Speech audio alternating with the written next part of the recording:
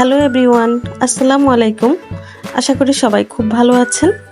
আজকে আমি আপনাদের সাথে শেয়ার করব চিকেন নাগেট রেসিপি। আর এই চিকেন নাগেটটা একদম অল্প উপকরণেই ঝটপট ঘরে তৈরি করে নেওয়া যায়, আর এটা খেতেও অনেক মজা হয়। তাছাড়া এটা আপনারা 2 থেকে 3 মাস পর্যন্ত সংরক্ষণ করে খেতে পারবেন। তো চলুন রেসিপিটা দেখি। এখানে মুরগির বুকের মাংসটা নিয়েছি, তারপর ছোট ছোট করে কেটে নিয়েছি যাতে ব্লেন্ডার করতে সুবিধা হয়। তারপর ধুয়ে পরিষ্কার করে পানিটাকে খুব ভালো করে ঝরিয়ে নিতে হবে। এখন এটাকে কিমা তৈরি করব। তো একটা ব্লেন্ডারের জারে আমি দিয়ে দিচ্ছি রসুনের কোয়া 4টা, আর হাফ ইঞ্চির মতো দিয়ে দিচ্ছি আদা। সব কিছু একসাথে খুব ভালো করে কিমা তৈরি করে নিয়েছি। দেখুন কিমাটা কিন্তু একদম মসৃণ হয়েছে। আপনারা চাইলে এখানে আদা রসুনের পেস্ট ব্যবহার করতে পারেন, তবে মুরগির কিমাটা তৈরি করার সময় যদি আদা রসুনটা দেন তাহলে খুব সুন্দর একটা ফ্লেভার আসে। দিয়ে দিচ্ছি 1 টেবিল চামচ সয়া সস, 1 টেবিল চামচ দিয়েছি ওয়েস্টার সস, 1.5 চামচ পরিমাণ দিয়েছি কালো গোলমরিচের গুঁড়া, 1.5 চামচ পরিমাণ দিয়েছি পাপরিকা পাউডার, স্বাদ মতো দিয়েছি লবণ। এখন সব কিছু একসাথে খুব ভালো করে একটু মিশিয়ে নিব।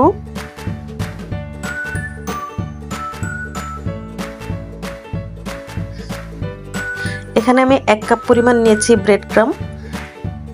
এই ব্রেড ক্রামটা আমি কিমাটা বাইন্ডিং এর জন্য নিয়েছি। তো প্রথমে আমি হাফ কাপ দিয়ে একটু মিশিয়ে নিব। এই কিমার ডোটা এরকম ভাবে তৈরি করতে হবে, আমরা যে রুটি পরোটা তৈরি করতে যেরকম ডো তৈরি করি তার থেকে একটু নরম হবে এই ডোটা। তো আমি সবটুকু ব্রেড ক্রাম দিয়ে আবারও ভালো করে মথে নিব। তো এই পর্যায়ে আমি দিয়ে দিচ্ছি 1 টেবিল চামচ ঘি। আপনারা চাইলে প্রথমে ঘিটা ইউজ করতে পারবেন, আমি প্রথমে দিতে ভুলে গিয়েছি তাই এ পর্যায়ে ঘিটা দিয়ে দিচ্ছি। ঘিটা দিয়ে খুব ভালো করে মিশিয়ে নিব। আপনারা কিন্তু চাইলে এখানে ঘিয়ের পরিবর্তে বাটার অথবা তেল ইউজ করতে পারবেন, কোনো সমস্যা নাই। দেখুন ডোটা তৈরি হয়ে গেছে।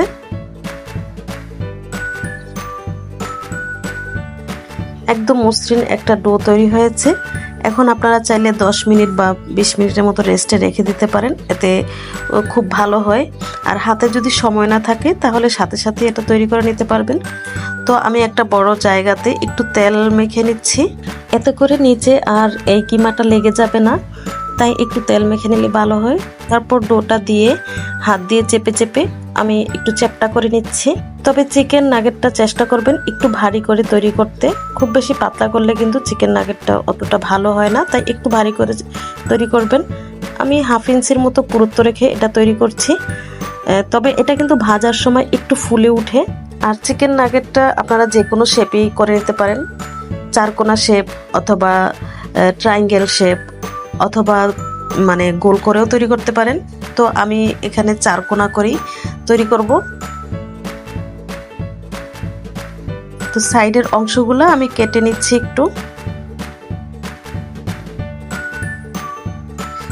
সাইডের যে অংশগুলো সেটা দিয়ে আমি আবারও তৈরি করে নিব।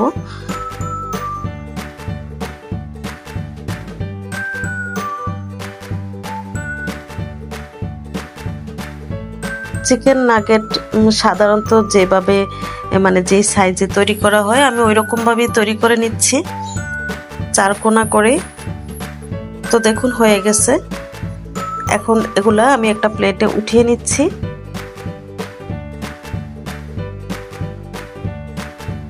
তো আমি সবগুলা এভাবে বানিয়ে কেটে নিয়েছি। এখন নিয়ে নিচ্ছি একটা ডিম, এর মধ্যে দিয়ে দিচ্ছি একটু লবণ, আর 1 চামচের মতো দিয়ে দিচ্ছি গোলমরিচ, 1 টেবিল চামচ দিয়ে দিচ্ছি লিকুইড দুধ। এখন সবকিছু একসাথে খুব ভালো করে মিশিয়ে নেব।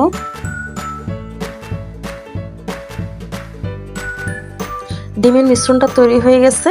এখন আমি চিকেন নাগেটটা দিয়ে খুব ভালো করে একটু মিশিয়ে নিব। এখন এই চিকেন নাগেটটা আমি ব্রেড ক্রামসের উপরে গড়িয়ে নেব। তো আমি এখানে অরেঞ্জ ব্রেড ক্রাম নিয়েছি। এই ব্রেড ক্রামসের রেসিপিটা কিন্তু গতকালকে আমি আপনাদের সাথে শেয়ার করেছি। সেই ব্রেড ক্রাম দিয়ে আজকে আমি চিকেন নাগেট তৈরি করে আবার আপনাদেরকে দেখাচ্ছি। এই ব্রেড ক্রামসের রেসিপিটার লিঙ্কটা আমি ডেসক্রিপশন বক্সে দিয়ে দিব, আপনারা চাইলে দেখে নিতে পারেন। আপনারা চাইলে এখানে অন্য নর্মাল যে ব্রেড ক্রাম্ব মানে কোনো কালার ছাড়া সেটা দিয়েও করতে পারেন। টেস্ট কিন্তু একই, এটা দিয়েও যেরকম টেস্ট হবে আপনার নর্মাল অন্য যে কোনো ব্রেড ক্রাম্ব দিয়েও একই টেস্ট হবে। তো এটা হচ্ছে দেখার সৌন্দর্য, যে জিনিসটা দেখতে সুন্দর সেই জিনিসটা কিন্তু খেতেও খুব ভালো লাগে, আকর্ষণ লাগে, এই আর কি।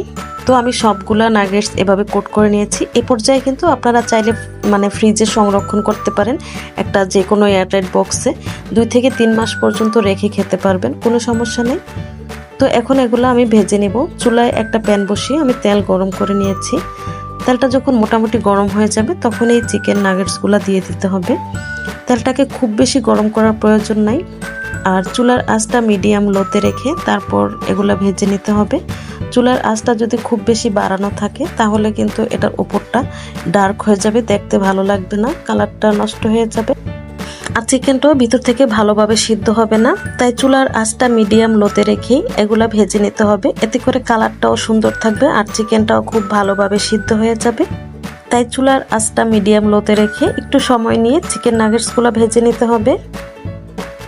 তো কিছুক্ষণ পর পর এভাবে উল্টে পাল্টে দিব।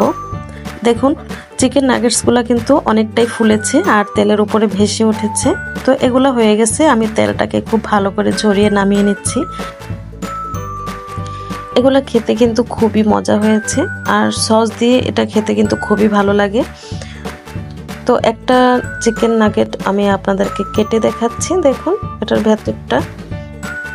তো ভিডিওটা আপনাদের কাছে যদি একটু ভালো লেগে থাকে তাহলে প্লিজ লাইক কমেন্ট শেয়ার করে আমার চ্যানেলটাকে সাবস্ক্রাইব করে পাশেই থাকবেন আশা করি। আজকের মতো বিদায় নিচ্ছি, সবাই ভালো থাকবেন, সুস্থ থাকবেন, নিরাপদে থাকবেন। আল্লাহ হাফেজ।